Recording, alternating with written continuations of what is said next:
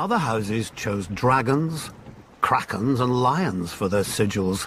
We Tullys took the trout, that most terrifying of fish, especially when it leaps out of the water.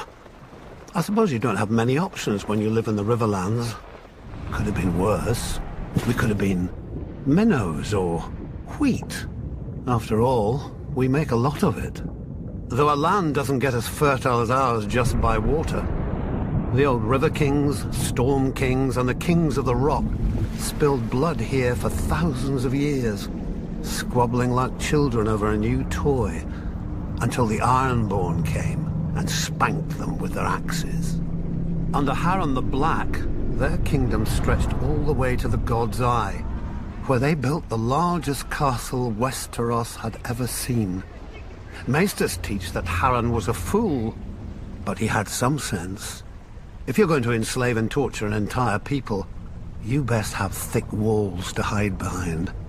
But the very day the last stone was laid in Harrenhal, Aegon Targaryen landed in Westeros. As soon as he saw Aegon's host on the horizon, my ancestor Edmund led the mass desertion of Riverlords to Aegon's side. I doubt Harren even noticed. The problem with huge castles is they blind you to what's outside, both by their size and the arrogance they inspire. Not that the Ironborn ever lacked for that. They take pride in their ignorance of every trapping of civilization, though any baker could have told them that fire turns stone walls into an oven. And so Harren the Black finally lived up to his name, and the Riverlord swept the Ironborn back to the sea.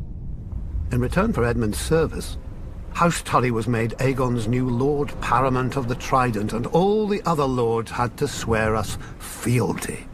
But old habits die hard. The Riverlands are, and always have been, the middle child of Westeros, caught up in every fart from one lord at another. My ancestors knew that for the Tullys to survive, alliances must be made. Our trout has swum up so many rivers over the centuries and leapt onto so many plates that it's a wonder half the realm's sigils don't have fins by now. Thus, every Tully child is taught family, duty, honor. The Tully words, and pains in the Tully arse.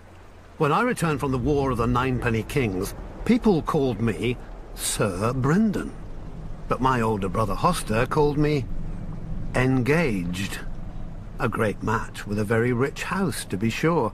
But I just fought and killed a great deal of men and had no desire to be told when and whom to marry. I broke ties with him, earning the name Blackfish along with my personal sigil, a much more intimidating black trout. I was too stubborn at the time to realize that while other houses fight with swords, House Tully fights with marriages. Then my niece Catelyn's betrothal to Brandon Stark drew us into the war against the Mad King, while my other niece Lysa's betrothal to Jon Arryn cemented the rebellion. If I'd have obeyed my older brother earlier, we'd have had the largest navy in Westeros with us then as well, and our victory would have been swift. Of course, I never mentioned this fact to my brother. He'd have taken it as an apology. My brother is dead now, and my nephew Edmure rules in Riverrun, God's help us. A trout that can't tell the worm from the hook. But he is a Tully, and he is unmarried, and there is a war. We all know how this story ends. Maybe she'll be beautiful. Maybe she'll be rich. As long as she brings swords and men to House Tully, she could look like the fish we hang all over Riverrun. He'll honor his duty to family and swallow it. One blackfish per family can be overlooked. Two, and we'd have to change all those pretty banners.